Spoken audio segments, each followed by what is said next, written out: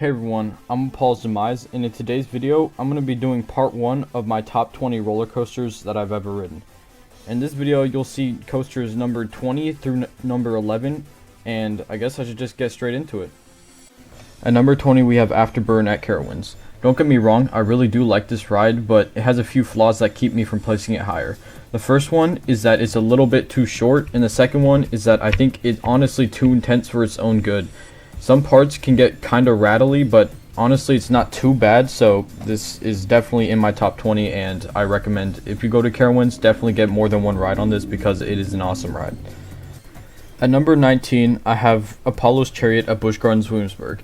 Out of any coaster in the world, this is the one I've ridden the most, and it still holds up even after all the times I've ridden it.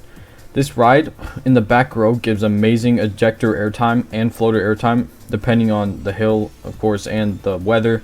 But overall, I love the clamshell restraints, and while this is the worst B&M Hyper I've ridden, it is still an amazing ride because there's so many different airtime moments, and it's just great fun overall. At number 18, I have Superman at Six Flags Great Adventure.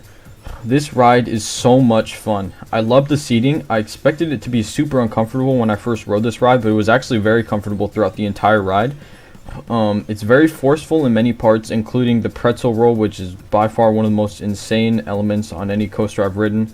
It's a smooth ride. I feel like it's a pretty good length, though it could be a bit longer. But overall, this ride is amazing, and it definitely makes my top 20. At number 17, I have Alpengeist at Busch Gardens Williamsburg. This is the tallest full-circuit inverted coaster in the entire world, and man, it really uses this power well. All the elements on this ride are absolutely insane, and they pull so many forces. But by far, the standout moments on this ride are the first drop, which is one of the most floaty drops like in the world, and the Cobra Roll. The transition into the Cobra Roll is one of the most snappy moments on any ride ever, and it's almost too intense. This ride is just so good, and it definitely deserves a spot in my top 20. The only complaint I really have is that it's a bit rough. At number 16, I have Candemonium at hersheypark. I think this is definitely a step above Apollo's Chariot, and let me explain why. This ride, while still having amazing floater airtime moments, also has a lot more fun moments, like the Outer Banks Hill. The turn around the fountain is also one of the coolest moments on any coaster I've ridden. And the only complaint I really have is that this ride's super short, but the elements really hit, and the trim brakes are definitely not as bad as most people say, and it definitely deserves a crack in my top 20. Breaking into our top 15, we have Great Bear at hersheypark. This ride is really good, and it's my favorite B&M invert I've been on, simply because I think these rides are better in their more graceful forms. Now, a lot of people won't agree with that, but I just really like the feeling of almost flying. This ride's also really comfortable. It is one of the best rides at hersheypark, honestly, and it definitely deserves a spot in the top 20. At number 14, I have Copperhead Strike at Carowinds. This is one of the greatest launch coasters I've ever ridden, and it's not even because of the launches. The launches on this ride honestly aren't even that good, but the layout is what does it for me.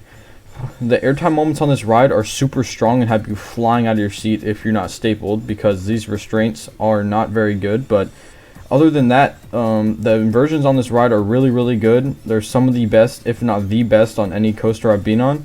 They give really good hang time, and you do not want to miss this ride when you go to Carowinds, because man, it packs a punch, especially towards the end where you're doing all the twists and turns. It is insane. At number 13, I have Griffon at Busch Gardens Williamsburg. This ride is absolutely insane. Climbing up that 200-foot lift hill is one of the scariest things, and then being held over the drop is also pretty crazy. But other than the scary factor, this ride is really good.